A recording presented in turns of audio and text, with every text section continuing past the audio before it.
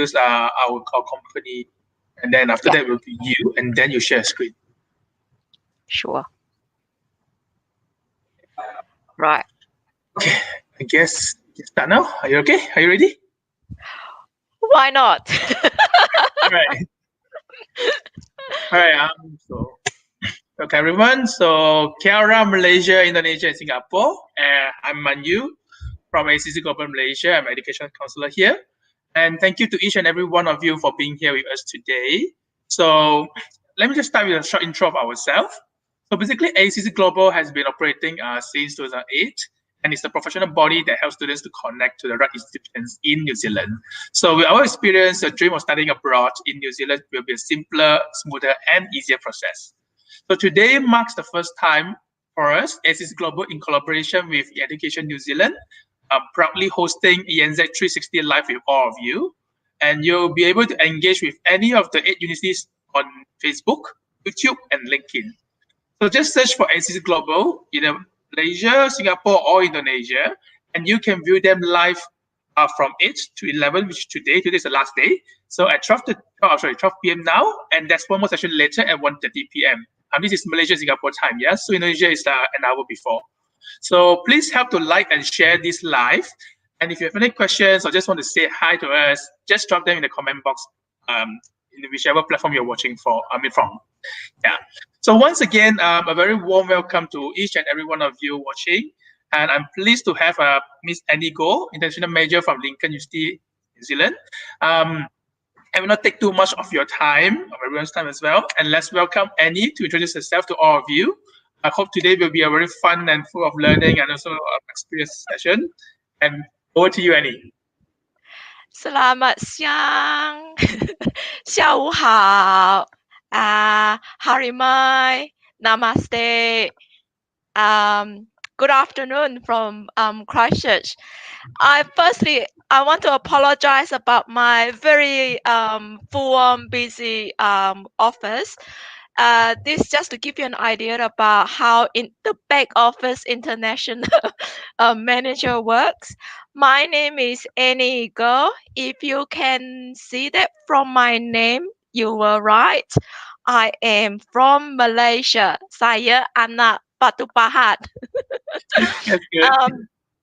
Yeah, so but that's just my little limited bahasa. I work for Lincoln University, one of the 8 universities in New Zealand, and the New Zealand Specialist University. So before we probably do any more, I just want to touch base a little bit about the Specialist University. So one of the good things about New Zealand universities is that all the 8 universities are all ranked top 500, and all New Zealand government universities. We do not have private universities. And Lincoln University is a specialist land-based university. That is our areas is to do with the land and what we love.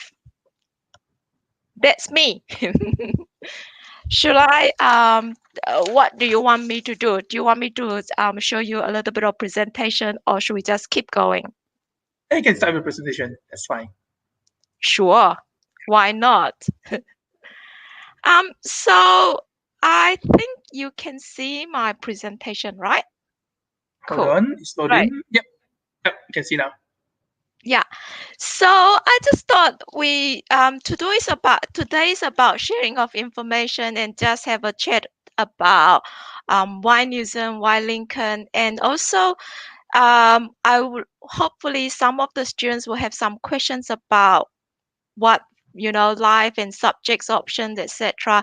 So this session is about you. Please feel free to ask any questions.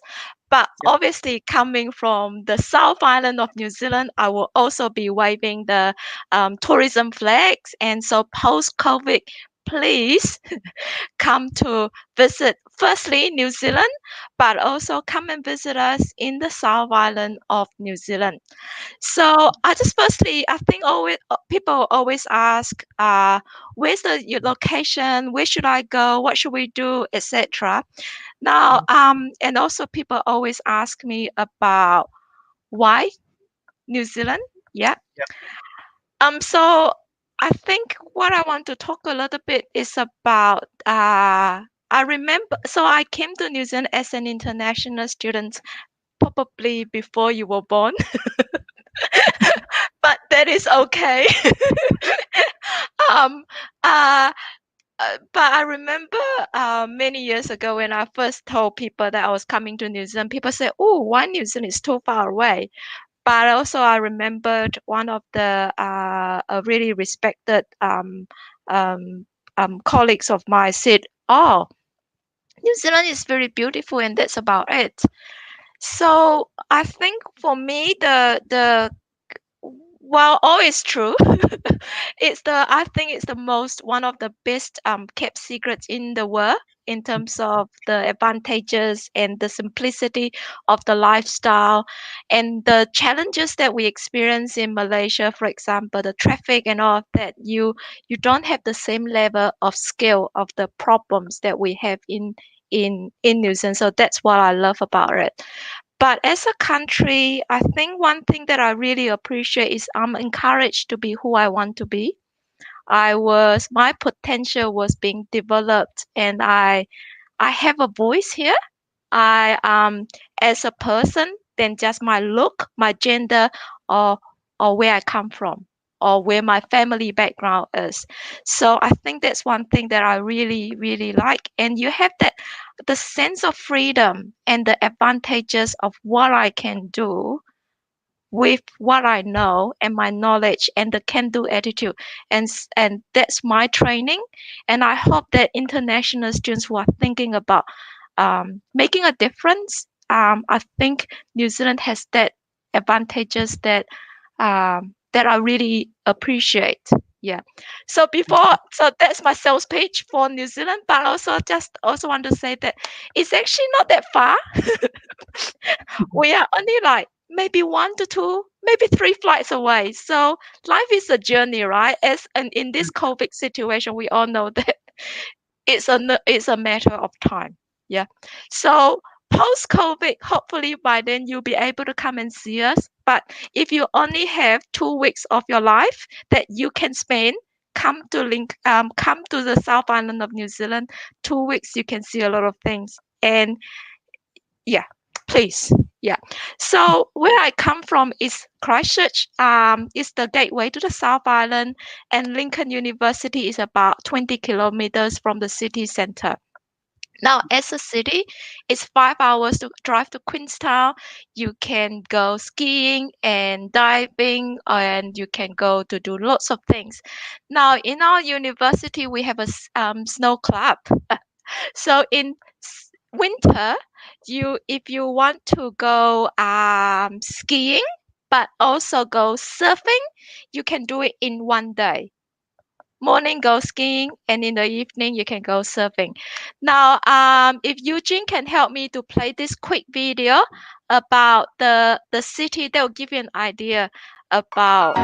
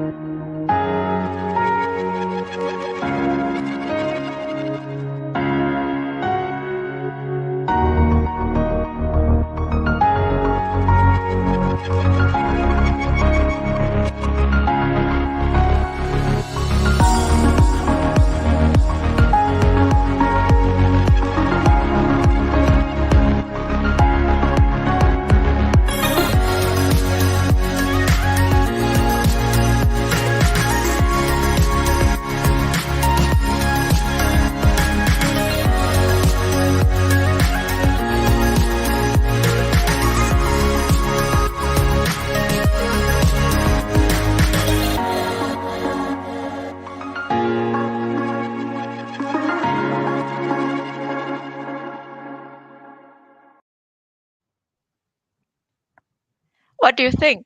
Have I convinced you? It is pretty good. It's very Yeah. nice.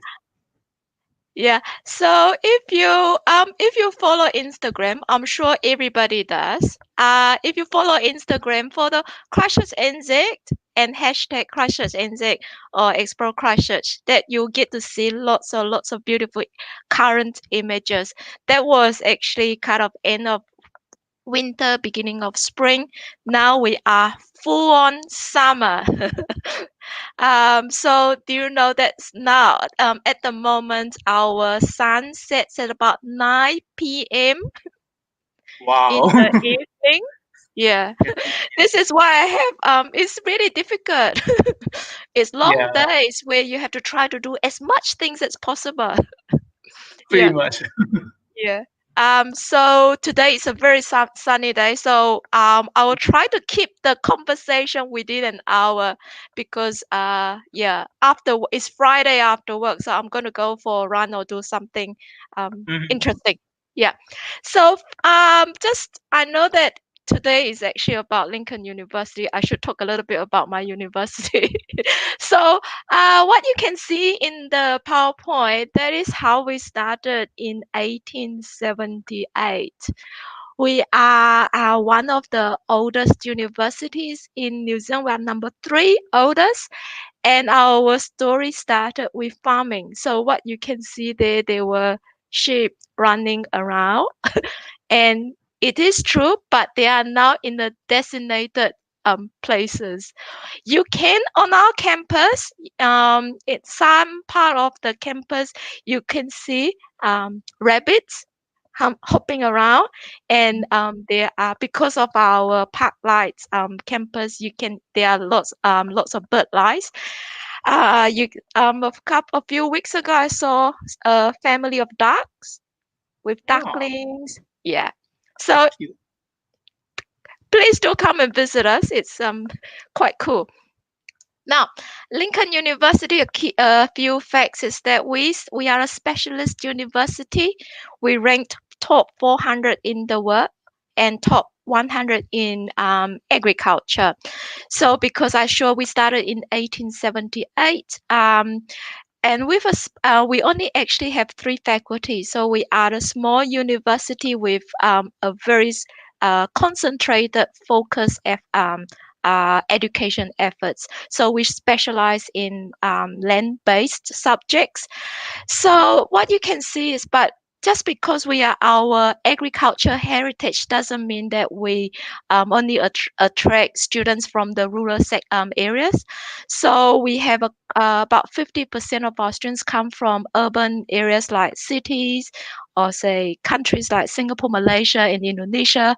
But we do have within New Zealand, we do have quite a few of the students come from the, should I say, the farming sector, continue their family traditions.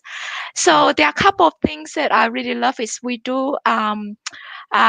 have farms within driving distance. We have about four farms that including a commercial dairy farms that students can visit, and we ranked number one in New Zealand for the revenue per academic staff member. So even though the subjects that we teach are quite focused and quite specialized, but the research revenue in terms of the commercial research revenue that our academic staff bring into the university per staff member, we rank number one, which is fantastic. Yeah. So then you say, oh, so how many students do you have, Annie? um, so, so for us, we have 3,000 students a year. I'm just trying to navigate my mouse. I've kind of lost it a little bit. So Okay. we have, yeah, we have 3,000 students a year, and about 40% of our students are from 80 different countries. So 40% of our students are international students, and so partly because they are here to because of the subjects that we teach. So we have three faculty: Faculty of Agriculture and Life Sciences, Faculty of Environment, Society and Design, and also Faculty of Agribusiness and Commerce. So what you can see that the subjects are listed here. We teach from undergraduate up to postgraduate from to master PhD level. And so in terms of some of the specializations, agriculture, horticulture, and my personal favorite is viticulture, the science of grapes. And also, hence another specialization, which is food, wine, and beer.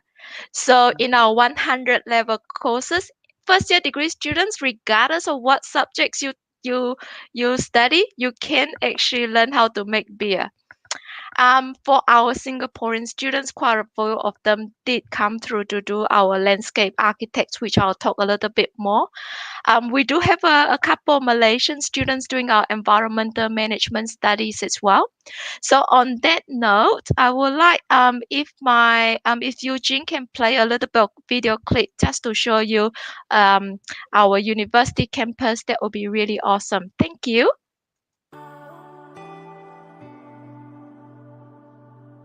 Join us at Lincoln and get ready to meet the demand for qualified professionals. Lincoln offers world-class facilities for research and learning. Lecturers who know you by name, dedicated wellbeing and support staff, and practical learning experiences to connect you with the industry before you even complete your degree. I chose to study at Lincoln University because it had the additional major of parks and outdoor recreation and other environmental degrees that I'm interested in. What I enjoy about Lincoln is a small campus size and approachable lecturers. I chose Lincoln for its sports scholarships, and it also offers food science, which I'm really interested in. I've enjoyed studying at Lincoln because, one, it's highly academic and a great course, and secondly, the social aspect of the Lincoln University is incredible.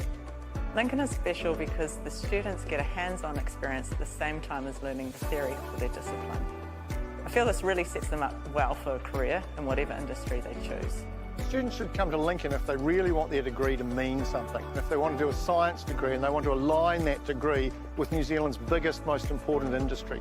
One of the other things you learn well at Lincoln is how to engage and understand multiple perspectives, and we work often in small classes so that you're able to debate and learn from one another. At Lincoln, you're not just another number. We get to know your name and to know who you are. If you think about what future careers could be and what shortages we may have in the future, I think one of them will be proposing solutions to add value to the current food production. There will be more and more opportunities for science graduates, even outside the traditional scientific jobs. Horticulture is a vital part of New Zealand's future.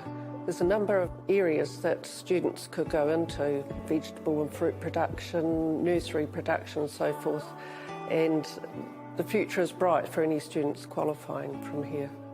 The agricultural industry needs people who can think, people who can understand the first principles of how plants grow, how animals grow, how we put production systems together, how we integrate those into the environment.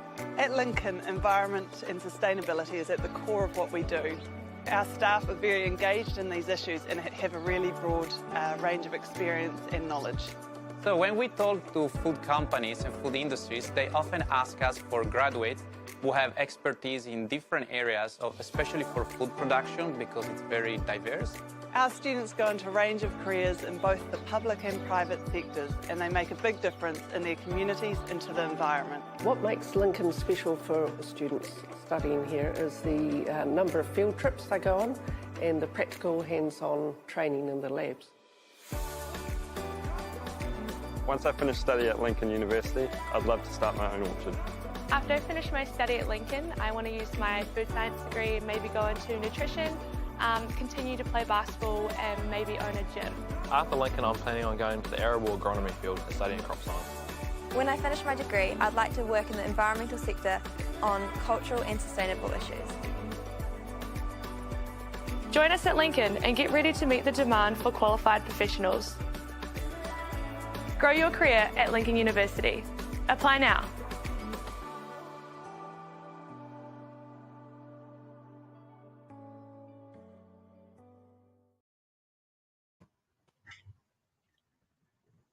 Okay, it's a pretty well-made video. That's actually quite cool. I was quite impressed. What you saw there, Dr. Luca, his specialization is food innovation, and when you saw Dr. Amber there, that's talking about applying the knowledge. She's actually from our wine science department. So that's quite cool. So today there are a couple of three that I was told to feature maybe some of our cool programs. So I just thought based on the countries that students, Singapore, Malaysia, and Indonesia, I will feature three programs that some of our Malaysian, Singaporeans, or Indonesian students are currently have been or study with us. So what you see there is the list of the bachelor degrees that we offer at Lincoln University, and this is it. We don't offer with our specialist nature, we are focusing on the area that we are very strong in. And what you can see out of these 16 bachelor degrees, some of them, the color that I highlighted that in purple color, they do have a compulsory practical work or an industry-based project. A typical bachelor degree in New Zealand it's mostly 3 year studies, but there are some programs that are 4 years, like equivalent to an honors degree or what we call professional degree. So so today I'm just going to talk a little bit about the three bachelor degrees that I will feature. Is our Bachelor of Agribusiness and Food Marketing, which is for students who are interested in food industry, interested in agriculture production, but don't necessarily want to work in the agriculture fields, in the sense that you may not want to work on the farm, but you are still like to be involved in this sector. And I just want to say that globally we have some challenges upcoming. It's a community. COVID has presented some challenges for us. What it has highlighted to us is also there are, apart from the essential workers, the health professionals, we actually have a group of unsung heroes, which are our farmers, the food production people, and also the people who move those produce to our consumer. Because without them, with the lockdown, we will have nothing to survive. Yeah. So a big kind of shout out to this group of unsung hero. But so what it means is, so this is a lot of this kind of students actually are, those are the subjects that our students at Lincoln University study. So this, it has really highlighted the importance of agribusiness and food marketing. But if we just put aside COVID, one of the big challenges for the global community is that our population continue to grow, but our planet, we only have one planet. And we can see really clearly with the climate issues. Sometimes it gets hotter than we can bear, you know. So there has been some challenges, but it is estimated that by 2050 we will need to produce more food for 2 billion more people.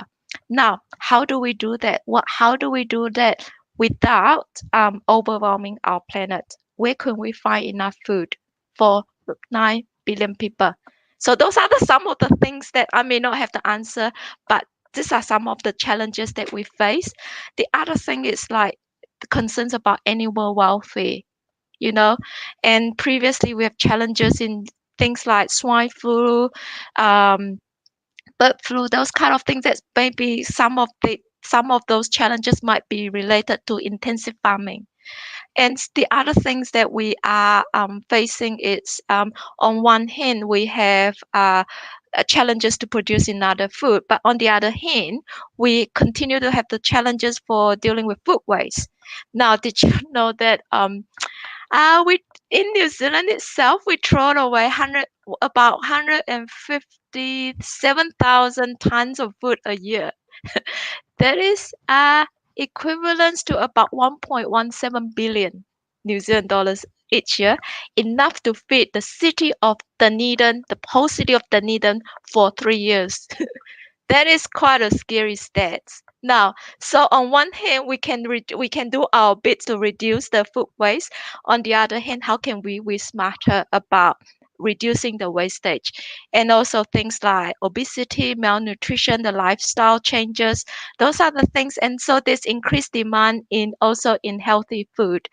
So for us, those are the kind of global challenges. But for New Zealand itself, the New Zealand government has a goal to double our primary industry exports in real term from 32 billion per year in June 2012 to over 64 billion by 2025. Now we've got 5 years to achieve that growth. And um, despite COVID, right? Also, that there are some challenges itself because traditionally we export a lot of products for commodities. So Fonterra, for example, they wholesale like big bulk milk powder. But how do we actually then make them into high value products that because we may not have the capacity to continue to produce more. So how do we maintain the current production but increase the value without compromising our environment, the impact that we potentially have on our environment? So how do we don't make maximizing the value, which is quite important. So you probably, I don't know, I think in Indonesia about 13.4% of the total GDP is from the agribusiness sector. That is quite big. For Malaysia, that is 8%. Um, for New Zealand, that is 18% of the New Zealand GDP. So agribusiness is actually quite important in New Zealand. It's as important to Malaysia and also Indonesia. Singapore is different. Singapore do have to look at developing more self-sustainable agriculture production. But those are some of the things that potentially we could have. So what do you study in agribusiness and food marketing? So you involve that whole process of food production, from processing, marketing, distribution from farm to the consumer. So if you think about input to production, for our, I'm just going to say, for input to production, that's our Bachelor of Commerce in Agriculture students. But the processing, marketing to consumer, those are the what our students are studying. So we developed this qualification with some of our key industry partners so that we do understand a little bit of production. We do understand food science, but it's not a hardcore farming degree, which suits our urban students from Southeast Asia. Yeah. So what our students will study is a combination of business, supply chain management, international trades, but also you understand a little bit about food sciences, the processing quality, and also how do you develop new products. So you understand the concept of global system, and a lot of the time we do also encourage our students to look at study abroad, participating in an exchange program. Yeah. So I think I'm just going to, so this is just to give you an idea about the concept of the Bachelor of Agribusiness and Food Marketing. One thing I do like about this degree is that there is a 18 weeks of compulsory practical work components, which our students must do during their summer break. Yeah. So if you are interested in business studies but want to be a little bit different, and have combination of science and business study, this could be an options for you. So our graduates has gone to work in various industry, including dairy. And for example, Judy, this is one of our Chinese graduate. She's working as a project coordinator for ENZ, which is a major meat product export company who also based on the on our campus, who has an office on the campus. Now for Lincoln, each of our bachelor degree we do have a program director or what we call course advisors. So if you are interested in finding out more about what this bachelor degree, please visit Nick's profile. So I hope that for students who are interested in food, come and join us. But I do want to mention a little bit about another bachelor degree, which is viticulture and oenology. So this is my favorite subject, which is the wine industry. Now, 17. So New Zealand wine is really it's easy to drink. Put it this way. Now, if you walk into any of the wine uh, bar or the wine shop, you will see that New Zealand wine often is more expensive than the our counterpart in Australia. So I think partly because of we don't produce as many, but what we do very well. And if you kind of the two type of wine that we are quite well known at is Sauvignon Blanc, which is really easy young wine to drink. For red wine, it's Pinot Noir. So that's because it suits our climate very well. And so for Lincoln University, the viticulture is the work with grapes. Oenology is the science of winemaking. So we are the first university that introduced this degree in New Zealand and focus on the cool climate wine production. So we this bachelor degree integrate both, and we combine the science-based knowledge as well as learning the actual practical. So our students do have to go and work in the industry, and so I just want to show you that this is a typical 3 years bachelor degree structure. Each semester you study 4 subjects. So a 3-year semester, 3-year study is 6 semester. You study 4 subjects per semester. A total 24 subjects. So what you could see is they will have some core subjects and electives. So for those students who are interested in food and food agribusiness and food marketing, you are interested in the wine science, you can also pick courses from here. Same for the wine science degree study, you could pick courses from the agribusiness and food marketing courses as well. So what some of the things that we do, this is example about how we teach our students is that apart from the theory that you study, you need to apply your learning into practice. So for example, our students have to actually work as a group and learn how to look after the grapevines, and they need to learn how to harvest the grapes, and also how to turn grapes into fruit juice and how to turn the fruit juice into actual wine. So we take our students onto field trips, and so that's a day trip to visit the industry. But for the students who doing the viticulture oenology degree, they do go on to a field tours, which we put them on the bus. They'll go and visit various part of the wine production regions. So this is the example of how our students make their own wine. There is some madness around the science, but it's really cool, fun. So this is some of the examples of how we took our students on the field trips, and the field tours, so they do get to connect with the industry and see what they study in class, how that translate into industry practice. Yeah. So what you could see, they do have to learn how to taste the wine so that they actually learn how to produce. You don't have to be a serious wine drinker. Remember, quality is versus the is probably better than the quantity. Yeah. But they do actually have to understand how the large scale production works. Yeah. So that is some of the cool things. So as part of the bachelor degrees, our students have to go and do the practical work. This is an example of how the viticulture oenology students have to do the kind of work they have to do. Like the other students, we encourage our students to go on overseas. And so we do, because of the nature of our industry, we do have our students working across New Zealand, but also internationally. This is just to give you some of the examples of the type of jobs that our students do after they graduate.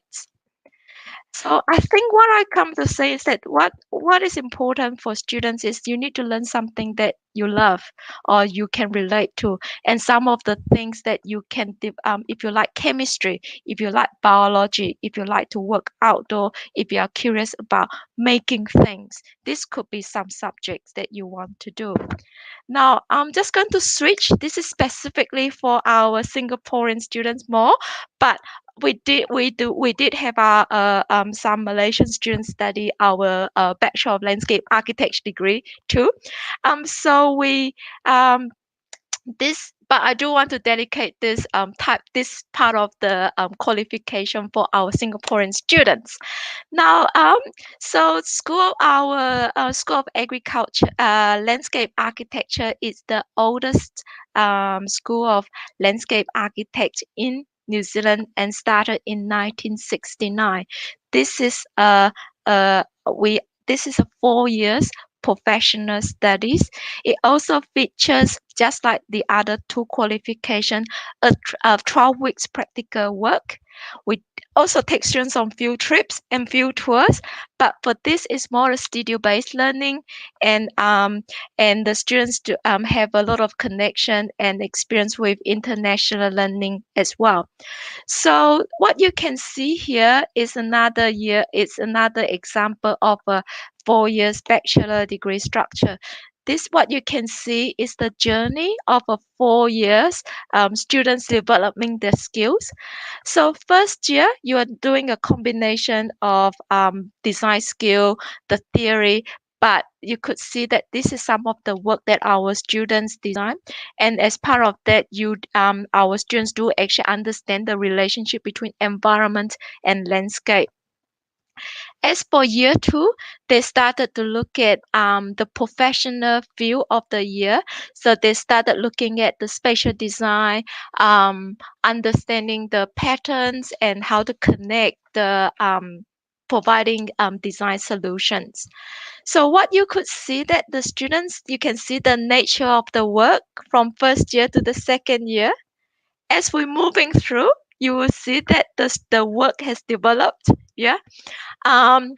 The third year, you do have to look at multiple skills, and you need to apply the communication skills that you have developed and understand the advanced theory. So you start to understand the brief from the client and how to develop a brief into actually commercial projects. Yeah. Now, fourth years is you have to solve complex design problems in different settings. So what you can see here, this is a studio-based design learning. What you could see is this is kind of the final project work that you could see. What you will learn a combination of urban, suburban, rural design depending on your interest. We do take our students onto field trips and field tours as well, so that you can actually see how a design on paper into a reality. Yeah. For Singapore, for example, Singapore as an island, as a country, as a city, it's a fine example of beautiful landscape designers' work. How beautiful landscape design will totally change the feel and the look of the environment. And so on that note, I do want to introduce Jeremy Goh, who is originally from Singapore. He just finished his bachelor degree. This is his work of his exhibition, and it's called the Gatherings at Arthur's Point, that is based in a concept of home away from home. And on that note, Eugene, could you just play the video of the School of Landscape Architects for me? And then I think we are nearly there. There's a huge demand for landscape architects, and especially in New Zealand, the market is growing as more and more employers, agencies and multidisciplinary companies realise the importance of what a landscape architect can bring to a project. They look to our students as being basically the top and the cream. I did a Bachelor of Landscape Architecture. It's my first degree. I did it when I was 29, so I was a bit of a late starter, but I really liked the idea that I was going to come out with a qualification so that I could start practicing as a landscape architect. They don't necessarily hit the ground running, however they come with a very well-rounded understanding of the discipline of landscape architecture, the design philosophy, the theoretical thinking behind it. The special thing that we do here at Lincoln for our landscape architecture degree is that we've got dedicated space for the students. We have beautifully designed studios which are in our new building, and they've got room to store all of the equipment they need, as well as to have the space that they need to lay out all their plans, to do all the design work they want, to build models and to be as creative as they possibly can. I think Lincoln's really good at matching graduates with the professional workforce, so they provide opportunities. We can go along and network with practicing professionals. I think for potential employers, a Lincoln graduate from our Bachelor of Landscape Architecture degree is well balanced across all of the different facets that we as landscape architects operate under, and they succeed in all of those facets. Given our experience with Lincoln graduates, I just say go for it. A Lincoln graduate is well-rounded. We've had nothing but success with our Lincoln graduates, and I can see that happening in the future as well. I mean, they're very highly sought after. One of the big things I would probably say to any potential student or parent who's thinking about bringing someone here is that we have a really good blend of urban as well as rural design that we're being taught here. The contexts of both are included in the course. The courses are also small as well, so you have a really strong relationship with your tutors as well as your fellow students. So it's a really strong professional cohort that you go through as well, and you can really feel that you're part of a family here.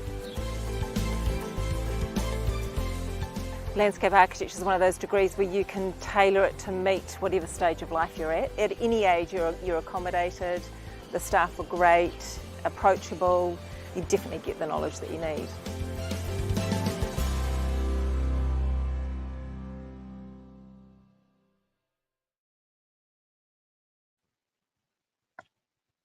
Right. What do you think? I hope I've convinced a couple of students to look at landscape architects as an alternative. Don't worry, I'm going to wrap up soon. Like other universities, we have really good infrastructure and facilities and support system for students. But I want to highlight here, but we do, so apart from the library, the advisors, on-campus visa renewal, career services, learning support, health center on campus. We have 700 beds on campus, so you can have self-catered, fully catered hostel residents on campus. Of that, I want with our farms, vineyards, etc. I do want to highlight one app is that you can see here. There's a Safe LU app which our students will download on their phone. So it will tell you things like the campus status, for example, and what's the emergency contact safety toolbox, what is the emergency procedure. So these are kind of one-touch thing in case you need some support or you don't know where to go. Or during the night you want to call the security, you can't remember the number. That is where our students get to see. And so it's also helpful for the parents because then they'll be able to see the campus opening, for example. I'm going to finish a few things is that I know that students do want to know about scholarships. At undergraduate level, we do have a school leaver scholarship for students who just finished their high school studies that are able to meet direct entry for bachelor degree. But we do have other kind of more small value undergraduate program pathway and vice chancellor scholarships that our students can apply for. So please talk to AECC's team on any of these scholarships and how to apply at Lincoln University. So for students who are looking at the postgraduate programs, particularly our semester 180 credit Toastmasters, so these are the list of the Toastmasters that we have. So they are more professional masters. They do not have this research dissertation. So it's not designed to bridge you into PhD studies. However, these are great if you are looking at study as a professional development or a conversion as an add-on to your current portfolio. So for this range of Toastmasters, we do have a combination of 7,000 to 10,000 New Zealand dollars merit scholarships. As long as you have B plus average in your final year of your bachelor degree, you will automatically get the scholarships. So most of these bachelor masters, the 3 semester, the fees is between about 44,000 to about 47,000 New Zealand dollars for the whole program. So if you do get awarded a scholarship, it can be quite useful. Um, so so please talk to the AECC team about this. I'm just going to finish with a few of our students. We do have Tui, who is currently fruit picking in Alexandra. Actually picking apples because it's summer, just to give her an idea. She loves New Zealand because her favorite is actually the field trips. So that's what she likes doing. The next thing we have Karen from Indonesia. I think she's working up in Marlborough at the moment. Again, doing her practical work. She likes agribusiness because it's not mainstream, but give her a little bit of edge. Yeah. We have Poi, who is from Thailand. She's doing Bachelor of Commerce in Agriculture, but next year she's going to switch to viticulture because she decided that she doesn't want to work on the dairy farm. She likes the plant science better. So Malika, she is actually from India. She's loving the viticulture oenology degree. She's a straight A student, so I'm very, very proud of her. And last but not least, Zhuming is originally from Penang. He has actually already finished his Bachelor of Agriculture. But one thing I love about his work experience is that he spent one summer working on a dairy farms, and with that money that he made on that practical work, he got himself a second-hand car, which is really cool. Um, so, last but not least, I hope that I've given you enough information. My apologies if I talk too much. Over to you. All right. Thank you very much for a very precise and on how Lincoln plays itself as a very specialist university. It's very interesting to see how how you guys incorporate, the field trips and also the internships or practical work, in the programs, which is very good for students, you see, because they need to be having some sort of hands-on sort of knowledge, and also work to actually enjoy and learn about the particular program. So yeah, it is pretty good. I just want to learn one thing, right? Also, I guess most people want to know as well, right? Because Lincoln's in Christchurch, which is in the South Island, right? How is the weather going to be like? Roughly, like, will it be snowing in the winter? Will it be very cold? Because everyone's here South Island, so it's going to be cold. That's what the perception is. Or during the summer, would it be very hot, or would it be just okay? Our weather is quite changeable. So like this morning, it was quite warm, about 12 degrees, and then it dropped down to 8. And I think looking at the sunshine out of the window, I think it might be about 18 degree approximate. So even though I dress like this, but you do need to be prepared. The weather changes. So one day it can be 22 degrees. Another day it could be 16 degrees. So we have this saying is 4 weather in a day. Okay. In winter, in some parts of New Zealand, South Island, we do get snow. You can feel the snow on your fingertip. on that when the snow, when it's snowing right on the mountains. As a city, we don't get to snow that often. Unfortunately or fortunately, because we are right by the sea, but it seldom snow down to the sea level for Christchurch. My whole time I live in Christchurch for the last 15 years, probably snow up to like, that the university have to close maybe twice. Yeah. Okay. So Alright. so it is livable. I could assure you that originally from Malaysia. I live, and so can you. Okay, that's good to know. Okay, so for the accommodation part, right? I know that you mentioned about cater and self-cater, about 700 beds as well, right? So around nearby the area, are there like any like daily groceries, like especially with the Asian groceries, or also like Asian restaurants or cafes around? So I'm really sure there are going to be like local delicacies around, but are there any like Asian delicacies or like groceries around the area? I know city there are going to be some, but around the campus, are there any of these? So our closest supermarket is about 7 minutes walk from the campus. There is an Asian section, so you can buy things like mee goreng and stuff, that the instant noodles you can. So there's an Asian food section that you can buy from the newer supermarket. Um, we do have Chinese takeaway, Thai takeaway, Asian fusion takeaways. So within walking distance from Lincoln. It's not that far. I live in Christchurch City. I come into work. It takes me about half an hour's driving. So it's nothing in the KL standard, right?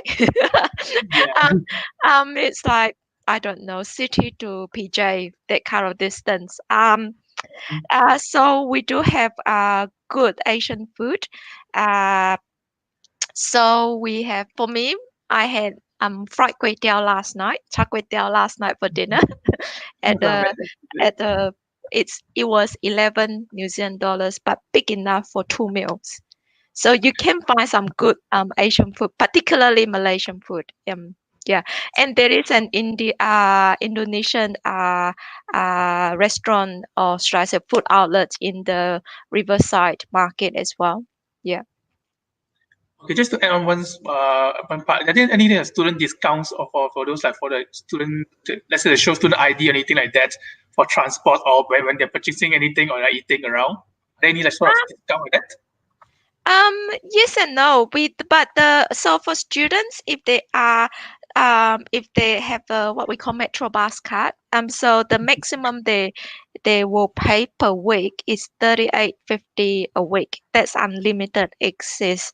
So for example, they just buy the card and they preload the card, and that's the maximum value that they spend. Yeah. And for student ID, some of the it pays to ask. Sometimes you get, sometimes you don't. But students are pretty savvy. There will be some outlets that will have student discount, and there will be, yeah. Okay, I guess now we are quite clear on a bit of a lifestyle and how is it going to like studying Lincoln. So I will proceed to the Q&A session for now, and then because we have quite a number of questions here. So the first one we have from Chris is I'm working at Ministry of Agriculture in Indonesia and wondering if there is any special scholarship agreement for me or arrangement, Lincoln. Yeah, Chris, we have a MOU with the research and development department. You could talk to the HR department to see whether there are specific scholarship arrangement through your professional development. But we have one of our PhD students just graduated with just finished his PhD, and he will graduate in May. Aditya has he's going to be like I think he will graduate with distinction. So yes, it's worth investigating with your HR department. But just for Chris, I just want to mention that you should also look at the New Zealand scholarships that's offered by the Ministry of Foreign Affairs of New Zealand government. So it will open for applications, I think, at the end of January each year. You will have 4 weeks periods to apply for that scholarships. And what you need to do is you could just list Lincoln University as your first choice, and you can talk to me specifically about your background and what kind of program you want to study for Lincoln. Yeah. Okay, Right. that's really insightful. Our next question is it's talking about Lincoln got how many Malaysians? I guess this one you can answer as well for how many Singaporeans and Indonesia as well, since we're doing for 3 countries. Approximately, we have approximately 20 Malaysian students, approximately 30 Indonesian students. Right now, Indonesian speak Malaysians at Lincoln University. A few Singaporean students, not too many, but we have about, I think last time probably about 3. Yeah. Okay. Then they are mostly spread across different courses, right? Yeah. Now, I just want to pre-warn you, for whatever your subject you study, you might be one of the only few babies of in the class. Yeah. So it is actually very good. It trains your independence, but it also allows you do have the community support, so don't worry. We have a international clubs, and we also have a Indonesian club, a Malaysian student associations. Yeah. Okay, that's pretty good. At least they'll get the support, and then they get to mix with more new friends from whether New Zealand or other countries as well. Yeah. The next question is how is the flight journey from Malaysia to Lincoln? I guess because you mentioned there's a couple of flights, right? So in general, how long would it take, like from KL to Lincoln, or just Malaysia in general? Lincoln. So for Malaysia, you can. So if you travel with Singapore Airline, so you can travel anywhere from the Singapore through Christchurch directly. So there's a direct flight from Singapore to Christchurch, and so that's about between 9 to 10 hours flight. And so that same theory applies to Malaysia and Indonesia as well. Okay. Yeah. So you might add a couple of hours for the domestic transfer from that. Yeah. Probably about half day. Still, right?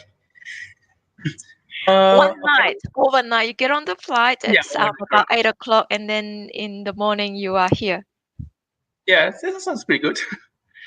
Okay, the next one is how does your Masters of Agriculture Science compare to other NZ universities?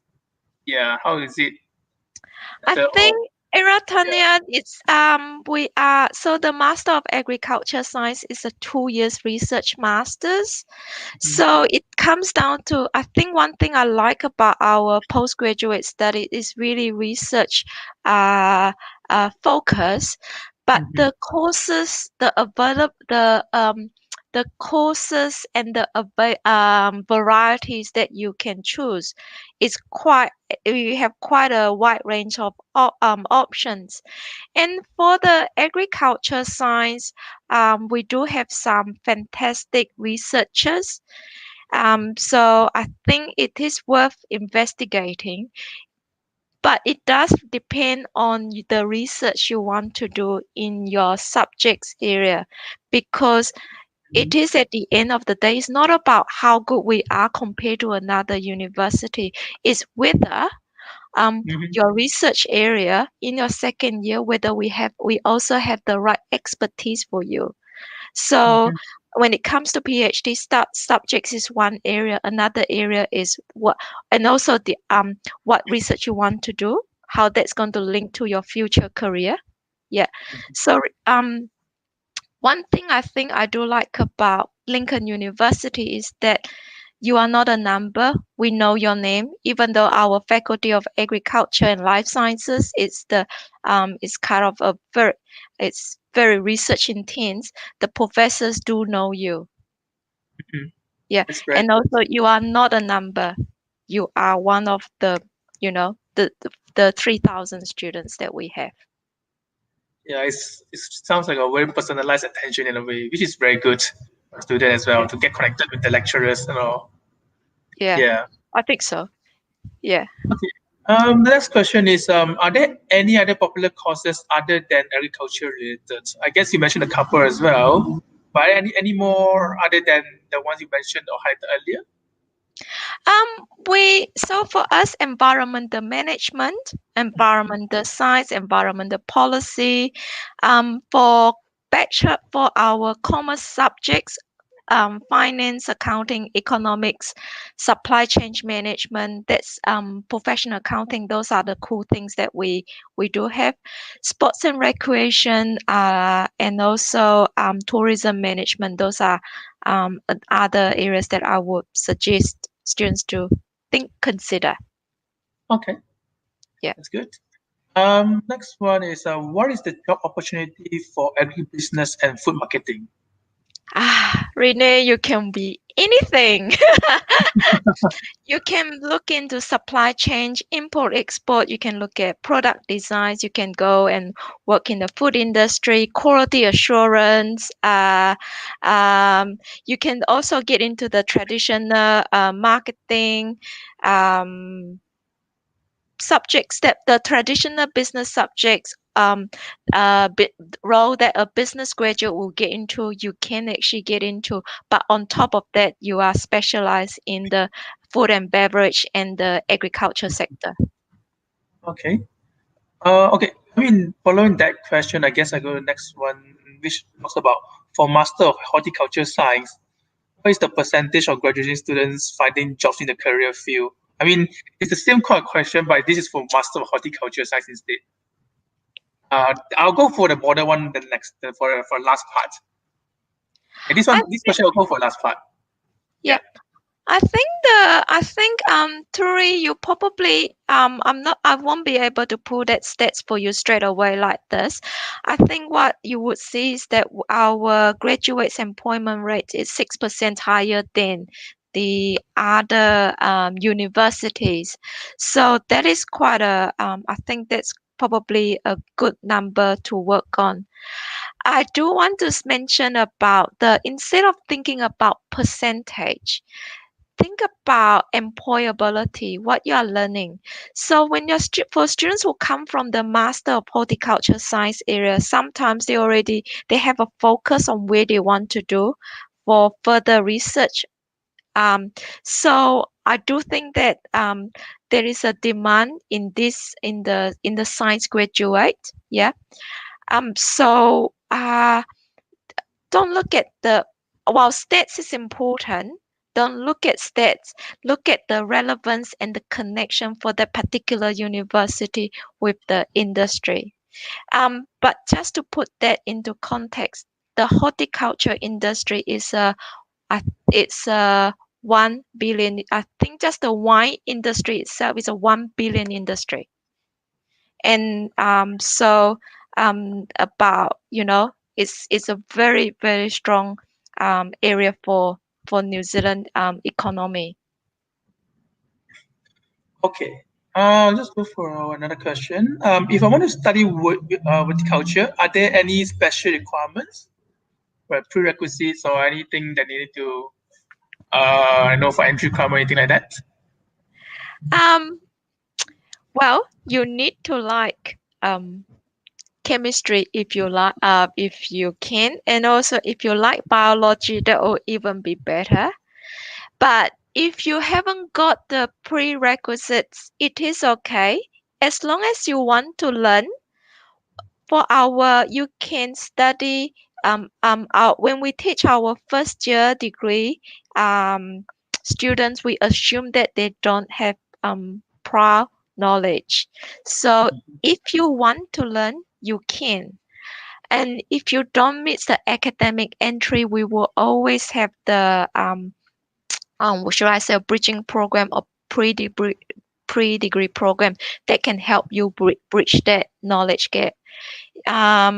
So that's kind of the academic relevance. You just need to make the standard entry requirement for English language and the percentage requirement for the bachelor degree. Yeah, and you can just talk to the AECC team for that. Yeah. Yep. Yeah. Definitely. That's pretty good to know.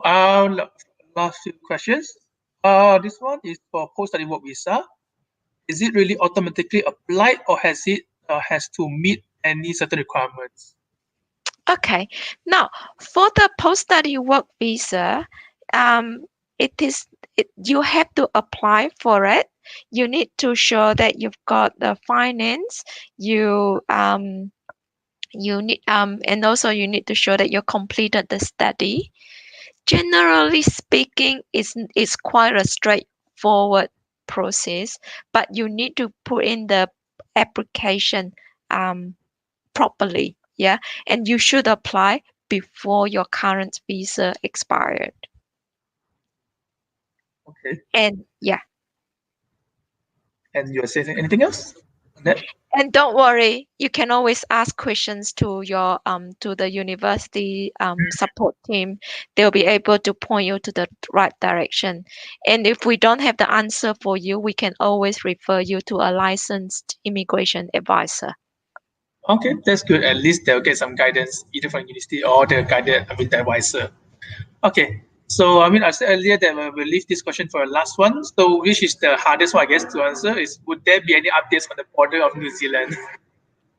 That's going to be the hardest question, I guess. I think for short answer is that we don't know.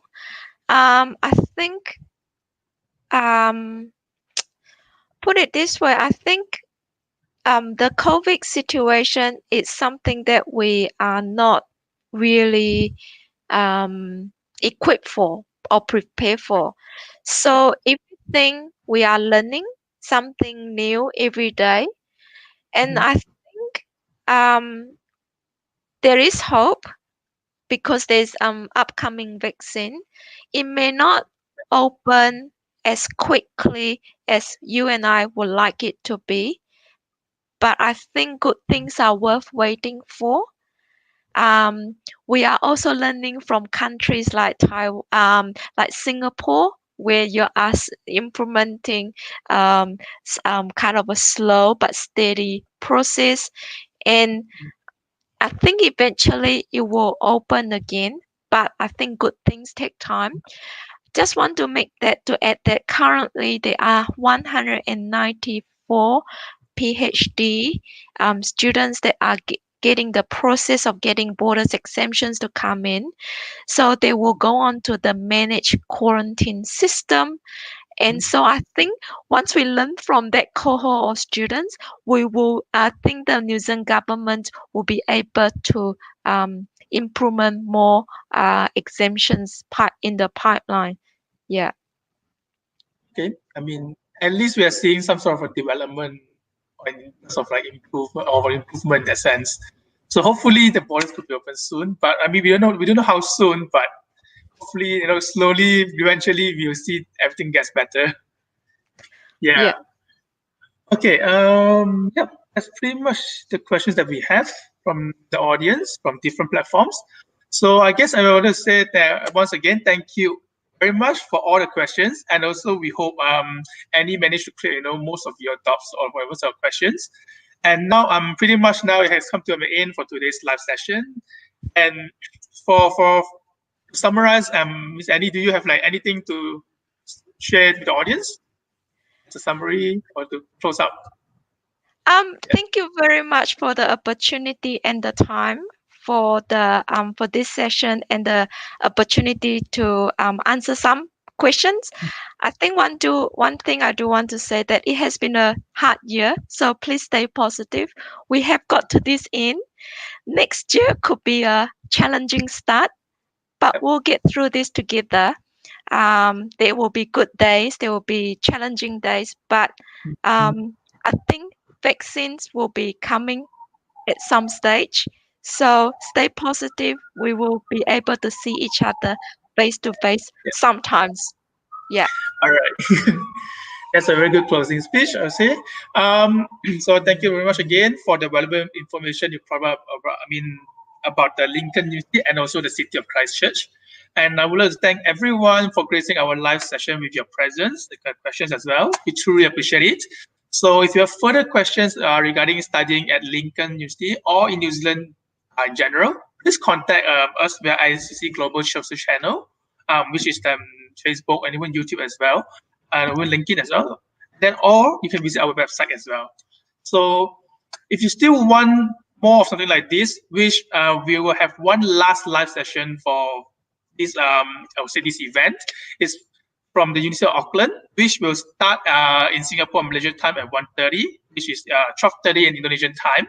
And remember to join the last session later as well, and that's also the final session for everyone.